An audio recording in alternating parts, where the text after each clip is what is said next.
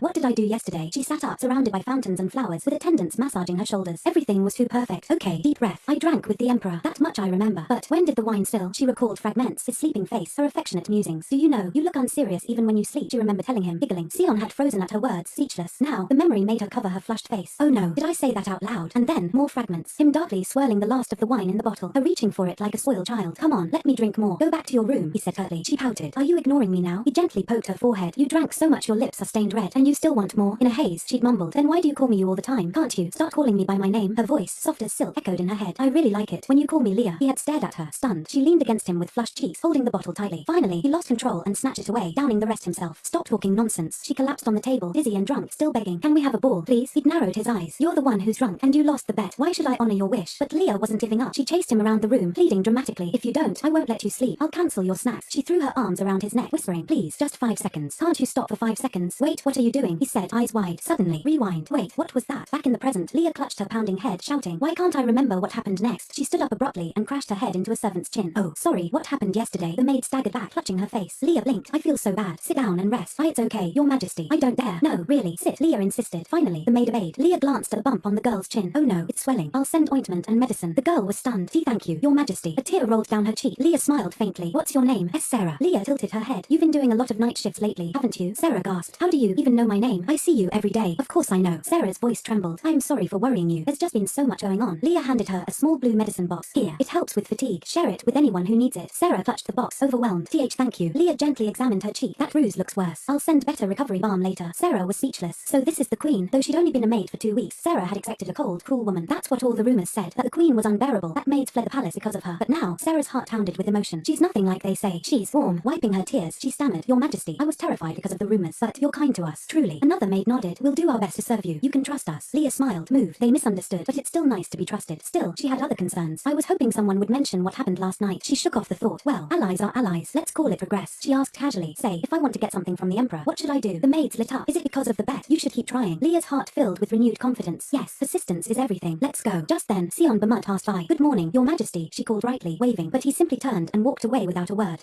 Where's he going? Her heart jumped. Wait, that action. Does he do that to everyone? Suddenly her face flushed, her skin tingling like a current passed through her. What was that memory just now? Panic bubbled up. What if I said something terrible last night? Like, we're both going to die in 2 years. She froze, hand on her cheek. Did I accidentally reveal a heavenly secret? Leah paced, anxiety bubbling inside her. What if he thinks I'm crazy and starts avoiding me? She groaned, half to herself, half to the servants nearby. Did I say something strange to the Emperor last night while I was drunk? I was already a troublemaker, she muttered bitterly. Basically a stalker. What if rumors spread again because I said something ambiguous? The servant beside her gently replied, that's impossible, your majesty. Even if something happened, we wouldn't stand by and do nothing. They smiled brightly. Everyone really likes you. You're very lovely, so it'll be okay. Leah's heart warmed. It's good to know they're standing on my side. She smiled playfully. Just make sure you really do protect me, okay? Of course, they chimed. As the maids left, all in a cheerful mood, another person entered. The atmosphere shifted instantly. You can't ask us to do that, your majesty, said the woman with a serious face. Giving such an order might make people think you're manipulating them into becoming allies. Leah blinked. Who is this person? The woman continued, visibly anxious. Please reconsider. If the maids misunderstand your intention, it could be seen as harassment. Leah stared at her carefully. This person. She narrowed her eyes, then suddenly remembered. Eloise. She mentally ran through the family tree. Father is Cromwell Celeste, eldest son of the Duke. His younger brother is Louis, who inherited the title of Earl Inolle, and the girl in front of her was none other than Eloise Inolle, her cousin. We were born on the same day. Our mothers died giving birth to us, and everyone used to say we looked so alike we could be twins. Leah offered her a seat. Eloise, sit here. Eloise bowed politely and sat down, wringing her hands nervously. I feel terrible when people call you a rebel, a stalker, or a witch. Leah paused. Wait, witch? Since when did that nickname appear? She sighed. I'm going to need a collection bin for all these titles soon. Eloise tried to smile sympathetically. I understand. That's why I want to help you. Leah looked at her, curious. How? Eloise took her hand and offered gently. You should publicly announce your repentance. Maybe even serve in the temple for a while. It would improve your image. Leah's expression sharpened. Eloise. Her voice was calm, but direct. First of all, I didn't manipulate the maids. They're not mindless tools. Eloise linked. What? And if any false rumors spread about me, they'll stand up to defend me, not because I told them to, but because they believe in me. Leah leaned back. If I do what you suggest, I'd be publicly declaring the queen of this country is a failure. Do you think that's wise? Eloise trembled, then burst into tears. I'm sorry. I didn't think it through. Leah was slightly caught off guard. It's okay. I know you meant well, but something still felt off. She's crying over that. That's suspicious. Then, another visitor entered. Eloise's father. Father, she said, standing. The man bowed respectfully. Greetings to Her Majesty. I am Louis Inolle. Leah stared. So this is Uncle Louis, father's younger brother. They're so different. It's hard to believe they're related. She felt suddenly awkward. To anyone walking in right now, it must look like I bullied my poor cousin to tears. Louis broke the tension. It seems my daughter may have caused some distress. I apologize. His voice was refined and gentle. I've been troubled by the rumors about you recently, Your Majesty. If I have ever said anything inappropriate in the past, I ask your forgiveness. Leah blinked. Wait, you're apologizing? I thought you'd accuse me. This is too smooth. But his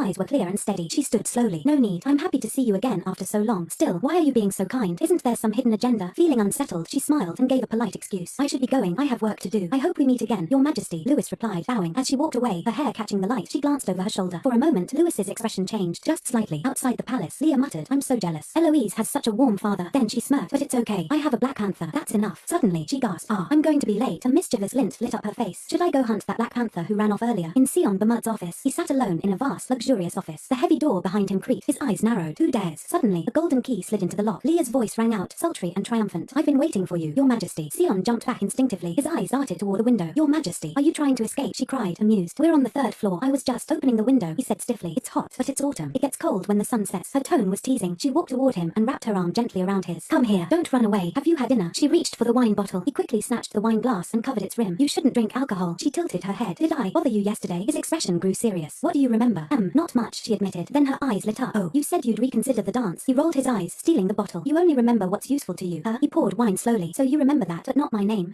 What name? She asked innocently. Last night, he said pointedly. You asked me to call you by your name. Oh right, she chirped. Then call me Leah. But you can't call me by name. Leah blushed. But I'm not allowed to call Your Majesty by name. He leaned back, amused. Yesterday, you did it naturally. She coughed. Okay, so, can I ask something? He raised an eyebrow. Why don't you like parties? His gaze darkened. Because, he murmured, I don't have many good memories. A long pause. He stared into the wine. From childhood until now, my life has always been unpleasant. He suddenly spoke, his voice low and heavy with sadness. I don't have any special memories from my childhood. Nothing but the same painful moments repeating over and over. Leah's eyes widened in surprise as she looked at him, trying to piece together the fragments of his past. The last fall I remember was during the coronation ceremony, she murmured. I don't recall the details clearly. She moved closer and whispered, please, tell me what happened. Maybe I can help. Sion's reply stunned her. You must have seen it yourself at the coronation. Leah scratched her head sheepishly. I was too drunk. I lost parts of my memory. Before she could reach for the wine again, Sion quickly covered the glass. When will this happen again? He asked sternly. You should be the one taking care of your health, not me. Leah gently pushed his hand away, smiling. Sion, you're the one who should take care of your health. He looked confused for a moment, then she nodded obediently. Okay, I'll eat my broccoli properly. He raised an eyebrow. Broccoli? Why? What's wrong? She teased. He poured wine slowly into his glass, then sighed. It's hard to explain. His gaze drifted away, distant and sad. I was never taught how to understand my emotions. Joy, sadness. There was a rumor, a prophecy, that an emperor who shows emotions will bring ruin to the empire. Sion's voice grew cold with the weight of his childhood. My father believed in that prophecy. He raised me with strict discipline, convinced that I was destined to be a beast, not a ruler. War and the arena were more fitting for me. He continued bitterly than courtly events. Suddenly, the grand hall echoed with greetings. I greet His Majesty, the Emperor. The coronation banquet bustled with dancers and musicians. Sparkling lights filled the room, but Sion hated every moment. The noise hounded in his head, unbearable. Trying to endure, he prepared to leave, but then someone grabbed his hand, stopping him. He felt dizzy from the headache, overwhelmed. In his panic, he overreacted, trying to break free. That's when the accusations began. Why did Your Majesty try to kill that child? He shook them off, but the hateful words kept coming. How can Your Majesty be so cruel? Sion's hands clenched, veins bulging as anger threatened to boil over. Be careful, or you might die by His Majesty's own hand if he loses control, people whispered. The rumors grew darker, louder. He's a tyrant, a bloodthirsty monster. They say he's lived so long on the battlefield that he can't survive without spilling blood. His cold expression hides a ravenous bloodlust. A bold label burned in his mind. Tyrant. Sion closed his eyes and accepted it. Once that name stuck, no one would bother him anymore. That's why I won't hold a ball, he said quietly. Leah snorted softly, then reached out to take his cold hand in hers. It's okay, she whispered. I'm by your side now. She gently caressed his hand, then placed it against her cheek. If you can't feel emotions or find them hard to understand, I'll teach you. Leah smiled softly. The coronation ball was just an accident. It's no one's fault. Their hands intertwined, warmth flowing between them. I'll help you, so you won't get hurt or make mistakes again. Sion said nothing, but thought to himself, I'm definitely not drunk. Still, a strange discomfort gnawed at his stomach. Leah's eyes sparkled as she pleaded. Sion, you'll hold a ball for me, right? He shook his head firmly. No. Before he could say more, Leah surprised him with a kiss that made him freeze. No matter what you say, I won't hold a ball, he declared as the kiss ended. Leah rubbed her nose against his chin, smiling mischievously. You will hold it, right? He touched his chin, feeling the odd flutter in his chest. Oh no, he thought, it's coming back. The vivid memories of last night replayed, both beautiful and embarrassing. Sion, can't we hold a ball? She whispered, her voice thick and pleading. She'd been too drunk to stand straight, but her voice lingered clearly in his ear. Please, Sion, otherwise, I won't let you sleep from now on. Sion found her persistence amusing. Her sweet tone made him smile despite himself. Fine, he said, I'll just keep responding every time. Wide-eyed, he asked, what are you doing now? Leah grinned and kissed him again, pouting. Moa Tilda please, I beg you. His face stiffened. Do you act like this with everyone? No, not at all, she said, sweet as sugar, only because you're cute. Back in the present, she called his name softly. Are you going to go? Sion rubbed his head irritably. Correct your drinking habits. The quiet night stretched on. Faint starlight filtered through the window. Two figures lay together in a large bed, their love quietly unfolding. Leah leaned against him, sharing stories from her teenage years before sleep. Her plump lips moved non-stop while Sion listened silently, skeptical. She doesn't remember the kiss, does she? He wondered. She suddenly called his name again. I'm going to try something new, she whispered. Leah lay down fully, turning her face toward him. Are you asleep? She smiled slyly, then had an idea. Should I comb your hair? Massaging your scalp might help you sleep better. Evil thoughts spun in her head. And maybe I can get some hair for the antidote. Sion hesitated, then nodded slowly. That'll help me sleep better, right? Of course, Leah confirmed quickly, hiding any doubts. She sat up, holding a comb, ready to begin. Sion, still restless from their conversation, watched her carefully. Her lips moved softly as she combed his thick black hair. He found himself drawn to her, eyes fixed on her lips. Leah giggled playfully. I guess I'll be staring at your lips if this keeps up. She set a condition. If you let me attend the ball, I'll show you new things today. Finally, Sion gave a quiet, reluctant agreement. If I can sleep early, I'm willing to do anything. Leah's eyes sparkled. Really? You won't take it back? He He shrugged. She twirled happily. Thank you. It'll be so much fun. I'll comb your hair from behind too. Turn around. Sion sighed in relief. I'm at ease now. After hearing his story, Leah had been worried when she couldn't remember much, but it seems I didn't make any mistakes. She smiled, a little mischievous. She'd succeeded. Sion's hair and everything else was going according to plan. The bottle of antidote sat close by. A single strand of the Emperor's hair contained powerful memories and perhaps dangerous toxins. Leah gently asked, concerned, how does it feel when I comb like this? Is it okay? She showed him the comb, still new but one she had liked so much she bought it herself. Sion's eyes met hers. Did you think about me? He asked quietly. Leah blushed but didn't deny it. Yes, I do these things only because of you, Sion. The comb slid through his thick black hair as he pondered. It's a strange ritual, he said finally. Forget it for now. Tell me something interesting. Leah smiled, leading the conversation forward. Sion, do you know the taste of winter? The scent that arrives when autumn turns to winter. That's my favorite time of year. Sion said nothing, quietly listening.